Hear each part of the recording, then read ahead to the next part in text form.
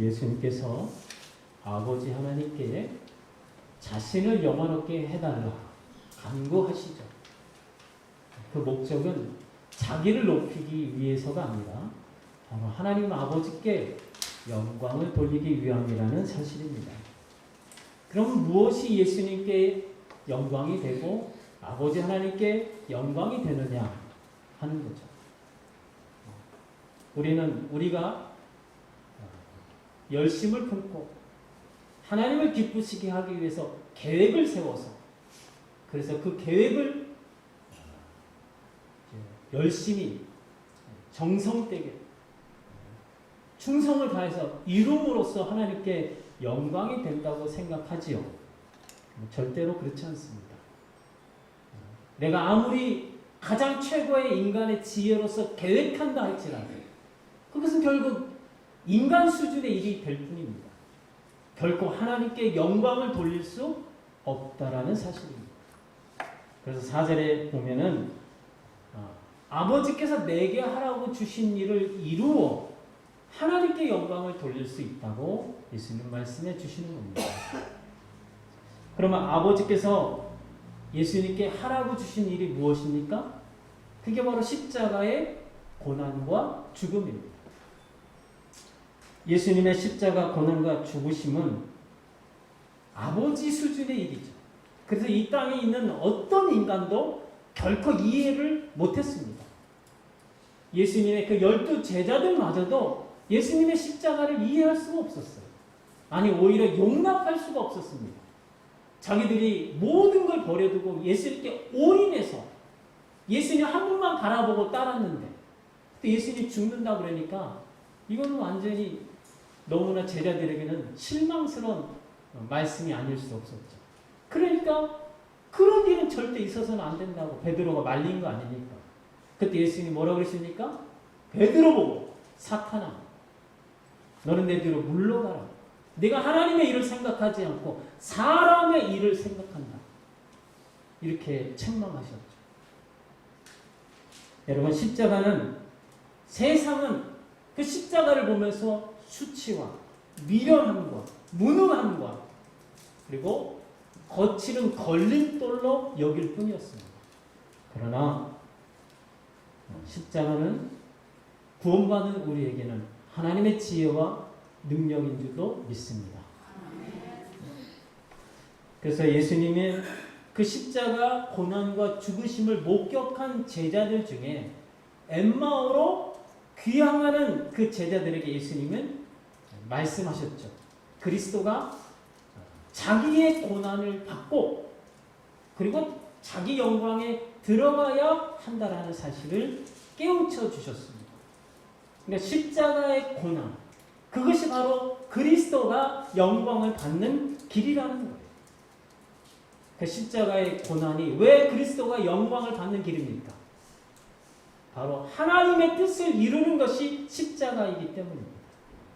왜 그러면 하나님의 뜻을 이루기 위해서 예수님은 십자가를 지셨습니까? 바로 십자가는 죄인된 우리를 대신해서 피를 흘리시고 그 피값으로 우리를 사시기 위해서 예수님이 십자가를 지셔야 했다는 거죠. 그것이 바로 하나님의 뜻이었습니다. 그래서 예수님께서 십자가를 지심으로써 인간의 죄에 대한 공의를 하나님의 공의를 세우셨죠. 이 하나님의 공의를 세우심으로써 하나님께 영광을 돌리고 그리고 예수님도 영광을 받으셨다는 사실입니다. 그리고 예수님께서 죽음에서 부활하셨다는 사실은 무엇을 의미합니까? 예수님이 사망의 권세를 잡은 자 사탄에게 승리하셨다는 사실을 의미하는 줄로 믿습니다. 이로써 하나님께서는 예수님께 만민을 다스리는 권세를 주셨어요. 이 권세를 주신 목적은 믿는 자들에게 영생을 주시기 위함이라고 2절에서 말씀해 주시죠. 그래서 영생은 아무나 받지 않습니다. 우리가 노력해도 헌신하고 뭘 바쳐서 받을 수도 없지만 그렇다고 아무나 그냥 주시는 게 아니에요. 바로 예수님의 권세를 인정하고 그 권세 아래 복종하는 자에게만 영생이 주어지는 줄로 믿습니다. 그래서 예수님을 믿고 그 권세 아래 복종하는 자마다 그가 어떤 죄를 졌다 할지라도 정죄당하지 않고 죄에서 구원함을 얻어서 하나님의 영광스러운 자녀가 되는 줄로 믿습니다. 자, 그러면 이제 영생이라는 게 무엇입니까? 문자적으로는 영원히 사는 거죠. 영원한 생명. 하지만 단지 죽지 않는 생명을 말하는 것은 아닙니다. 사실 여러분, 예전에도 말씀드린 바와 같이 인간은 문자적으로 영원히 살게 됩니다. 다만 어디에서 영원히 사느냐? 그게 문제죠. 지옥에서 영원히 사느냐? 천국에서 영원히 사느냐? 그것이 문제라는 겁니다. 여러분, 인간이 죽으면 어떻게 될까요? 무신론자들의 견해는, 무신론자들은 천국과 지옥을 안 믿죠. 신을 믿지 않아요. 심판을 믿지 않습니다. 그래서 무신론자들은 인간은 죽으면 몸은 흙으로 돌아가고 소멸된다. 이렇게 주장을 하죠. 무신론자들은 왜 그런 주장을 합니까? 유물론을 믿기 때문에 그렇습니다. 유물론이란 뭐냐? 물질이 모든 것의 근본이라는 거예요. 그래서 물질로부터 이 세상 모든 것들이 진화됐다고 믿는 거죠. 그래서 인간은 그저 자연의 일부고 죽음과 함께 그냥 사라질 뿐이다. 소멸될 뿐이다. 이렇게 믿는 거예요. 그러니까 심판을 믿지 않습니다. 여러분, 만일 무신론자들의 믿음대로 인간이 죽음과 함께 소멸해버리고 심판을 받지 않는다면 그럼 누가 가장 복된 자가 될까요? 가장 악한 사람일수록 가장 복된 자가 된다는 이 불합리한 일이 발생하게 되죠. 가장 악하게 살았는데도 그냥 죽어버리고 끝나는 거예요. 벌 받지 않고. 이런 불합리한 일들이 발생하게 되고 또한 인간의 양심, 인간의 신성에도 거슬리게 됩니다. 인간의 양심은 무엇입니까? 권선징악, 사필귀정. 이것이 우리 인간의 양심이잖아요. 근데 악인이 그렇게 못된 짓을 했는데도 죽음과 함께 아무 벌받지도 않고 편안하게 죽고 성대하게 장례식 치르고 죽는단 말이에요. 명당자리 찾아서 묻히게 되고. 이거는 악인이 이 땅에서 어떤 죽음도 어떤 형벌도 받지 않고 죽는다는 것은 사실 인간의 이런 양심과 심성에 부딪히게 된다는 불의한 일이 된다는 사실입니다. 그러나 성경 분명히 선언합니다. 인간은 죽음 후에 심판이 있다고. 그 심판으로 인간은 지옥과 천국으로 갈라지게 되죠. 그래서 지옥에 간 사람은 너무 그 지옥의 고통이 극심해서 죽고 싶어도 죽을 수 없는 곳. 그래서 영원히 고통 중에 있는 곳이 바로 지옥이라고 예수님 말씀하십니다. 따라서 우리가 성경에서 말하는 생명과 죽음에 대한 그 이해는 세상과 다르다는 사실을 알게 됩니다. 세상은 생명과 목숨을 구분하지 않죠. 생명과 목숨을 혼용을 합니다. 그러나 정확히 구분하자면 생명과 목숨은 다르다는 것을 누누이 말씀을 드렸습니다. 그래서 목숨은 무엇입니까? 목에 숨이 들락날락 하는 거예요. 그래서 호흡을 하면 목숨이 있다고 그러는 거예요. 이 목숨은 모두에게 하나뿐이고 그래서 천하보다 귀하다 이렇게 말할 수 있겠죠. 그러나 생명은 다릅니다. 생명이란 무엇일까요? 간단하게 말씀을 드리면 목숨이 지향하는 목적과 의미와 가치를 담고 있는 영적인 단어가 바로 생명입니다.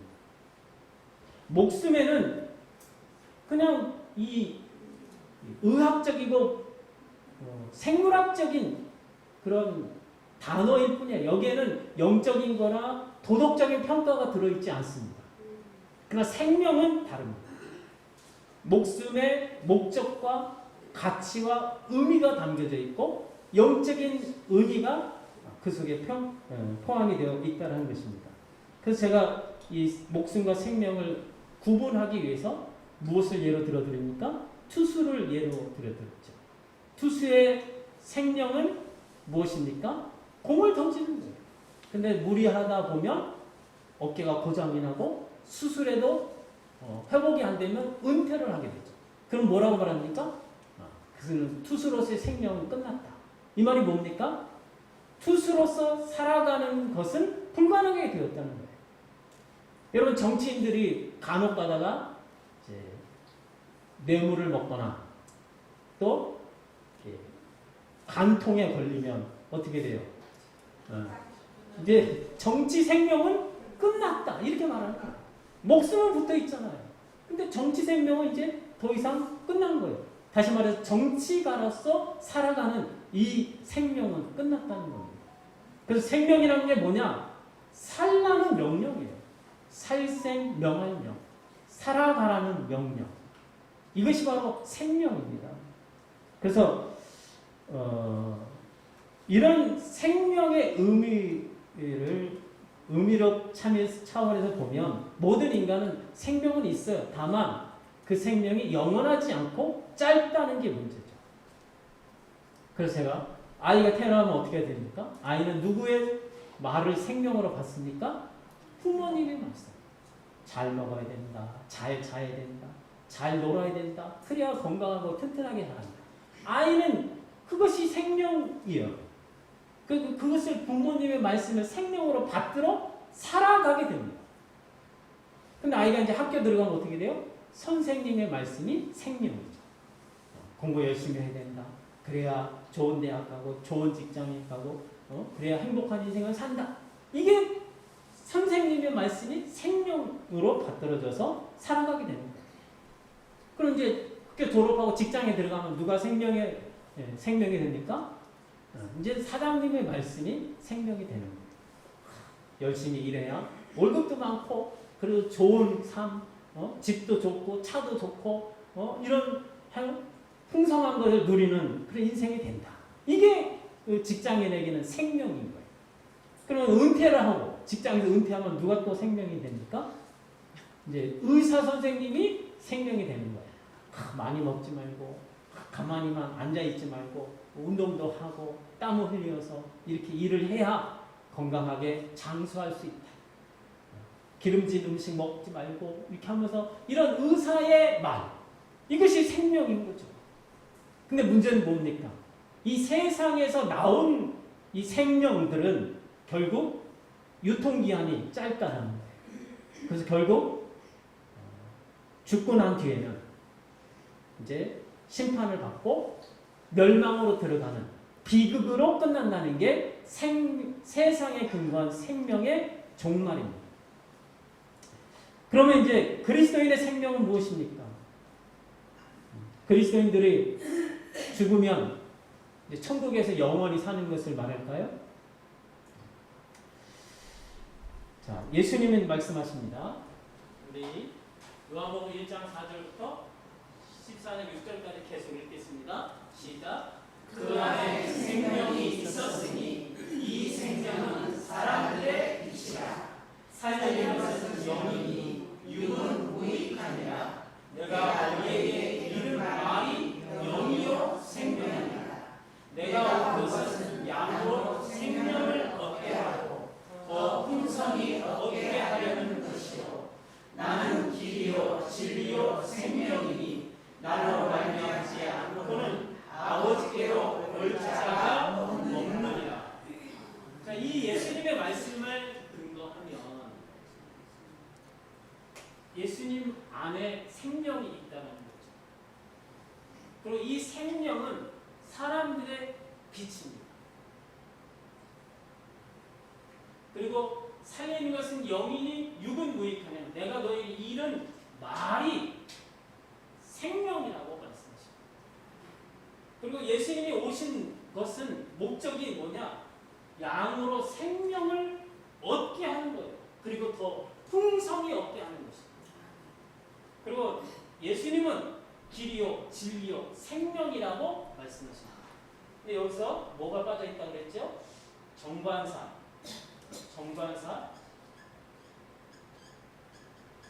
그가 빠져 있는 거예요.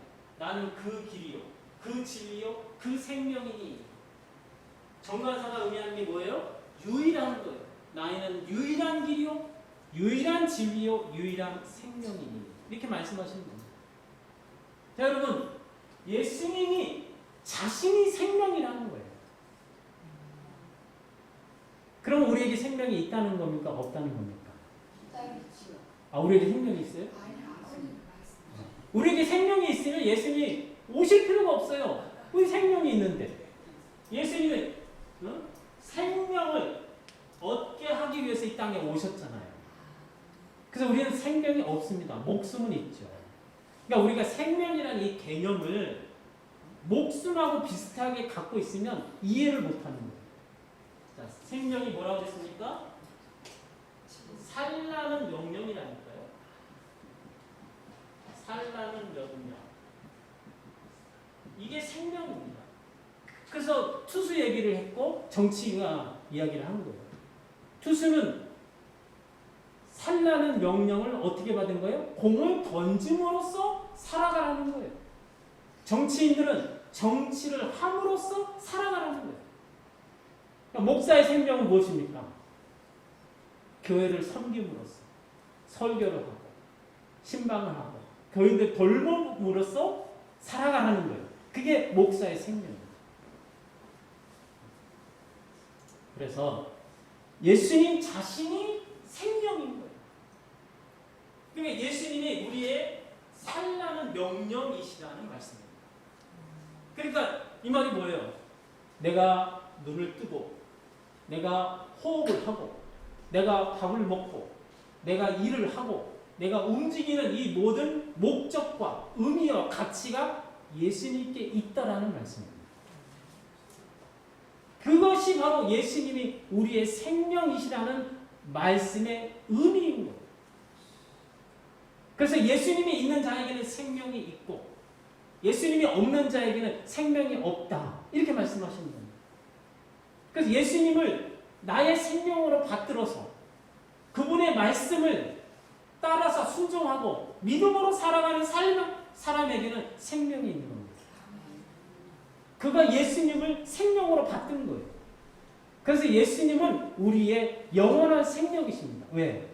우리가 예수님을 따라 그분을 생명으로 받들어 그분의 말씀을 순종하는 삶은 결국 멸망으로 끝나지 않고 하나님의 구원으로 맞춰지기 때문에 우리는 그래서 영원한 생명이 있다고 말씀하는 겁니다.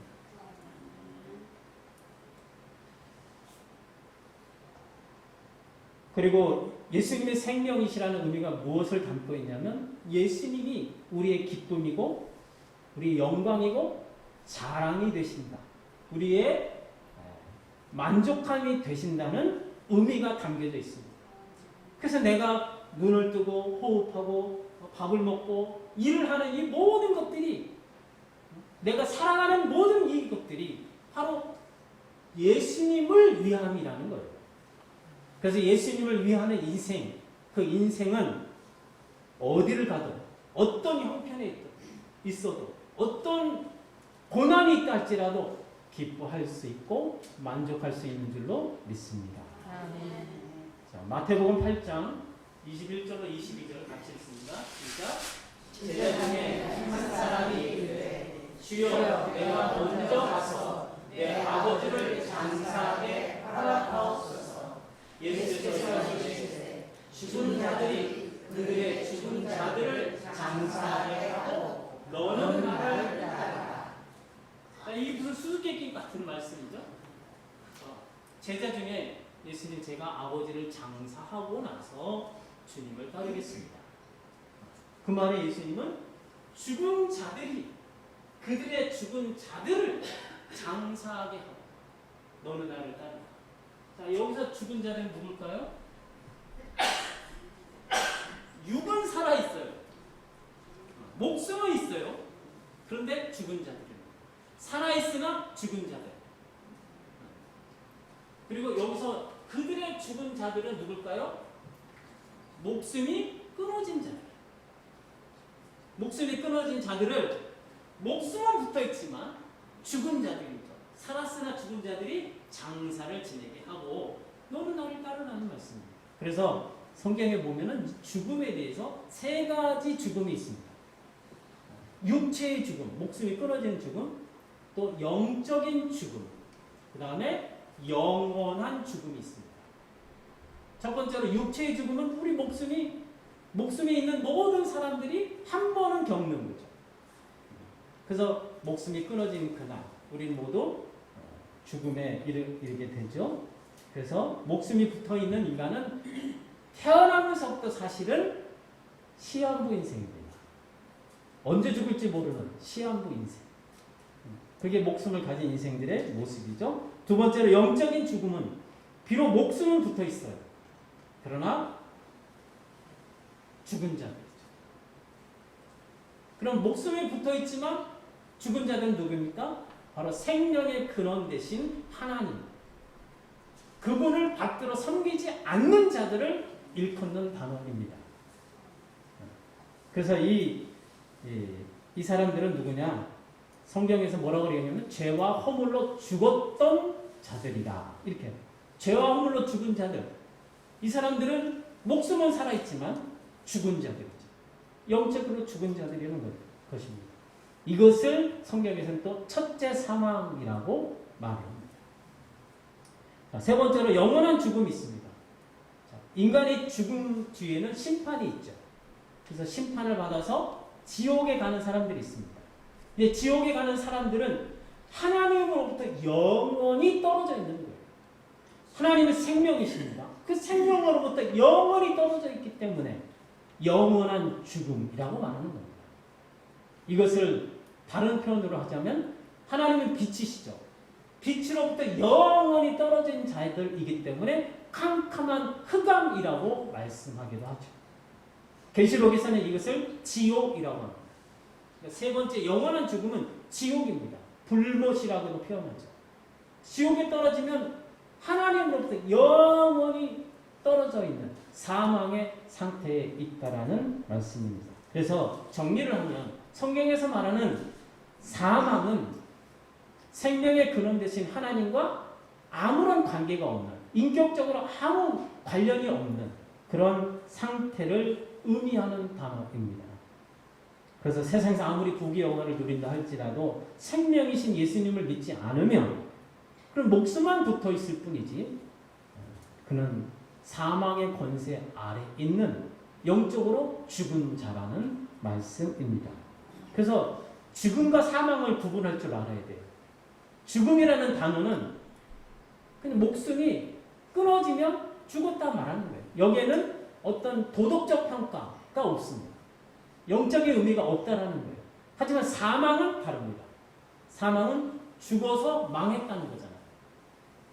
죽음으로써 망했다는 게 사망입니다. 그래서 우리 그리스도인들은 이제 돌아가시면 사망하셨다 말하지 않아요. 별세하셨다. 세상을 떠나셨다. 이렇게 말하죠. 그래서 이 사망은 바로 생명이신 예수님을 거절하고 그리고 세상의 생명으로 살다가 결국 죽음과 함께 멸망으로 들어가는 사람들의 모습, 그 상태를 일컫는 단어가 바로 사망입니다. 자, 그리스도인들도 죽으면 어떻게 될까요? 그리스도인들 목숨이 있으니까 죽잖아요. 자, 그리스도인들은 죽으면 사망으로 들어갈까요? 아니죠. 그리스도인들은 죽어서 망하는 게 아니에요. 죽음과 함께 우리는 어떻게 된다고 했어요? 잠에 들어간다고 했죠.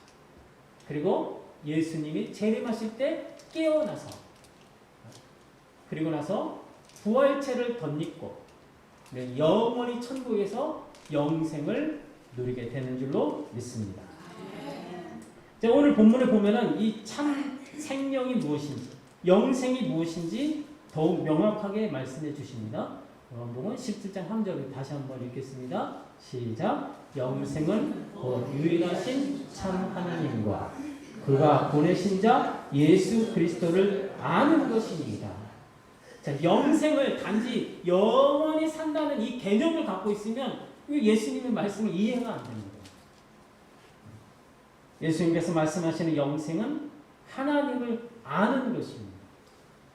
자, 여기서 안다는 이 단어는 하나님을 지식적으로 아는 것을 말하지 않아요. 부부가 서로를 알고 있듯이 아는 것. 그것이 바로 안다라는 단어의 의미입니다. 이것은 무엇을 의미합니까? 부부가 서로 친밀하게 서로를 알고 있듯이 우리가 하나님과의 친밀한 인격적인 관계 속에서 하나님을 아는 거예요.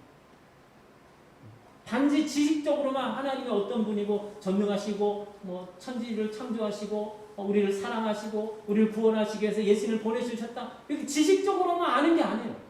그것을 경험하는 거예요. 내 삶에 경험을 통해서 하나님을 체험하는 것. 그것이 아는 거예요. 그래서 이 안다라는 이 단어를 예수님의 말씀을 인용해서 표현을 하면 하나가 되는 것입니다.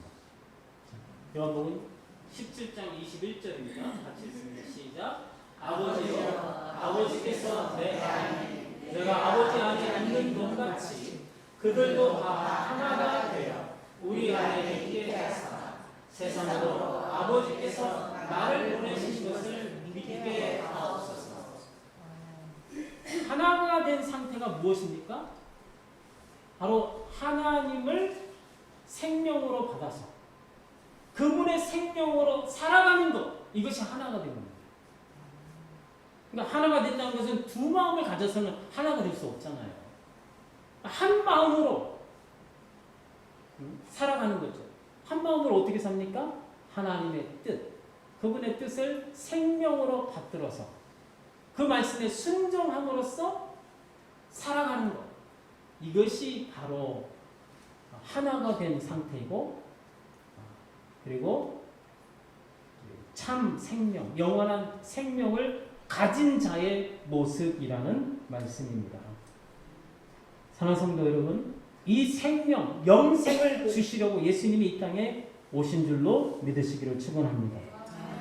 예수님은 이 영생을 우리에게 주시기 위해서 그분이 그냥 주신 게 아니에요.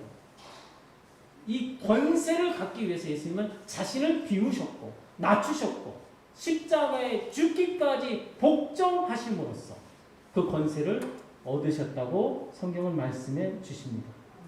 그래서 하나님은 예수님을 지극히 높여서 가장 위대한 이름을 주시고, 그래서 모든 무릎을 예수님의 이름 아래에 꿇게 하시고 예수님을 그리스도로 인정하는 자에게 영생을 주시는 줄로 믿습니다. 이 영원한 생명이 바로 예수 그리스도이십니다. 우리 목숨이 지향하는 목적이고 의미이고 가치가 바로 예수님입니다. 그래서 예수님을 위해서 사는 인생이 영생을 얻고 영생을 누리고 풍성한 생명을 얻게 된다고 성경은 말씀해 주십니다. 하나님, 여러분 모두가 참 생명이신 예수 그리스도를 받들어 그분의 생명을 받들어서 살아도 주님을 위해서 살고 죽어도 주님을 위해서 죽는 이 생명의 사람들이 되셔서 예수 그리스도 안에서 허락된 하늘의 신령한 모든 복들을 누리는 생명의 풍성한 생명의 사람들 되시기를 주님의 이름으로 축복합니다. 이 시간 우리 함께 기도하는 시간 갖습니다.